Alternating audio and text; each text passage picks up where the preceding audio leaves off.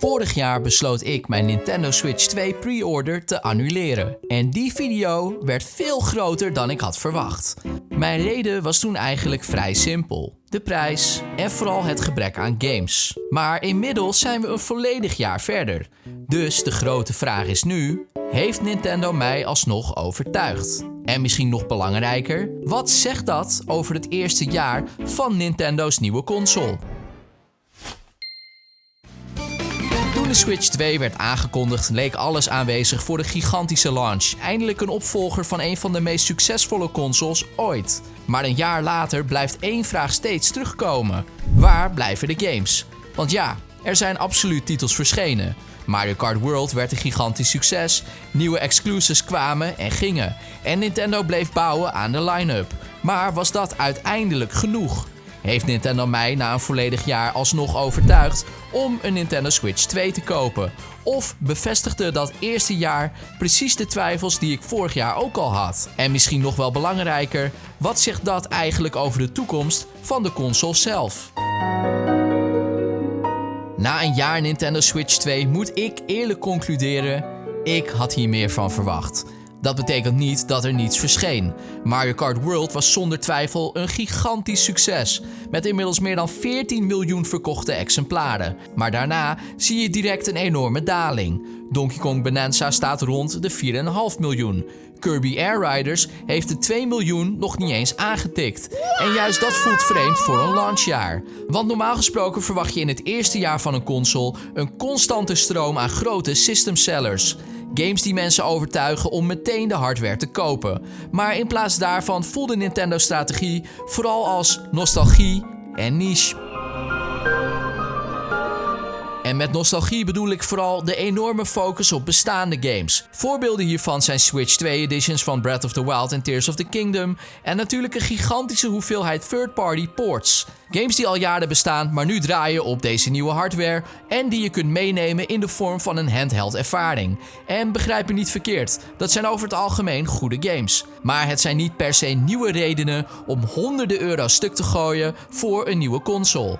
En dan heb je nog het niche gedeelte, want de keuzes voor jaar 1 waren simpelweg opvallend. Geen nieuwe 3D Mario, geen nieuwe Zelda, geen Smash Brothers of iets wat daarop lijkt. In plaats daarvan kregen we Donkey Kong Bonanza, Metroid Prime 4, Kirby Air Riders en Pokémon Pokopia. Een spin-off van een Pokémon game zonder bewezen track record. En dat maakt het lastig, want Nintendo koos hier niet voor de breedste franchises, maar juist voor series met een veel specifiekere doelgroep. En nu staan we aan de vooravond van jaar 2. Maar eerlijk, tot nu toe voelt ook die line-up nog steeds of Nintendo hetzelfde patroon volgt. Star Fox leunt zwaar op nostalgie, een nieuwe Fire Emblem blijft relatief niche en Splatoon Raiders voelt opnieuw als een experiment binnen een bestaande franchise. Natuurlijk, er komt ook groter materiaal aan. Pokémon Winds and Waves heeft misschien de grootste kans om een echte system seller te worden. Niet alleen omdat het de eerste volledige next-gen Pokémon game is, maar ook omdat het de start vormt van generatie 10. En ergens deze zomer komt er vrijwel zeker weer een Nintendo Direct. Nieuwe aankondigingen gaan er ongetwijfeld komen, maar dat neemt niet weg dat het eerste jaar qua software gewoon matig aanvoelde en dat jaar 2 eigenlijk moet gaan leveren. Dus, terug naar die grote vraag. Heb ik inmiddels een Nintendo Switch 2 gekocht? Het korte antwoord is nee. En het langere antwoord is eigenlijk exact hetzelfde als vorig jaar. Games. Want buiten Mario Kart World en Donkey Kong Bonanza is er nog steeds geen game verschenen waarvan ik dacht, ik moet dit spelen. Zelfs Pokémon Legends CA lukte dat uiteindelijk niet. En geloof me, die game had waarschijnlijk de grootste kans. Want sommige ideeën vond ik oprecht interessant. Real-time battles, heel vet. Maar tegelijkertijd voelde de game ook beperkt. Slechts 1 stad om te verkennen. Lumio City. En technisch zag niet alles er even overtuigend uit. Misschien werd de game ook tegengehouden door het feit dat de game een cross-gen titel bleef. Maar hoe dan ook, zelfs Pokémon was niet genoeg om mij over de streep te trekken. En vooruitkijkend ontstaat dan automatisch de volgende vraag. Wanneer koop ik hem dan wel? Maar daarvoor moet ik wel iets benoemen, wat vorig jaar misschien enigszins onderbelicht bleef. Ik speelde namelijk ook helemaal niet extreem veel op de originele Nintendo Switch.